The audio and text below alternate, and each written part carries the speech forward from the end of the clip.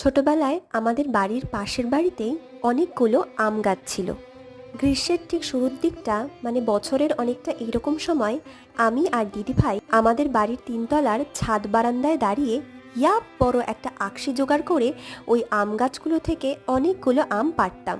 আর আম পেড়েই ছুট দিতাম আমাদের মাম্মাম মানে ঠাকুমার কাছে।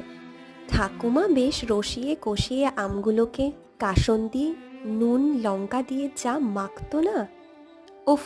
আজও সেই কথা মনে পড়লে জিভে জল আসে। আজ বাড়ির সামনের একটা আম গাছ থেকেই ছোট্ট আমটা পেড়ে বেশ করে কাসুন্দি নুন দিয়ে মাখা হলো, আর আমরা সবাই মিলে খেলাম। আহা, কি ভালোই না লাগলো। আসলে ছোটবেলার স্মৃতিটা মনে পড়ে যাওয়াতেই আমের স্বাদটা হয়তো দ্বিগুণ হয়ে গেছিল। ছোটবেলা তো ফেলে এসেছি অনেক বছর আগে, কিন্তু ছোটবেলার এই কাণ্ডগুলো আবার ঘটাতে পারলে মনে হয় যেন কোথাও ছেলেবেলাটা রয়ে গেছে।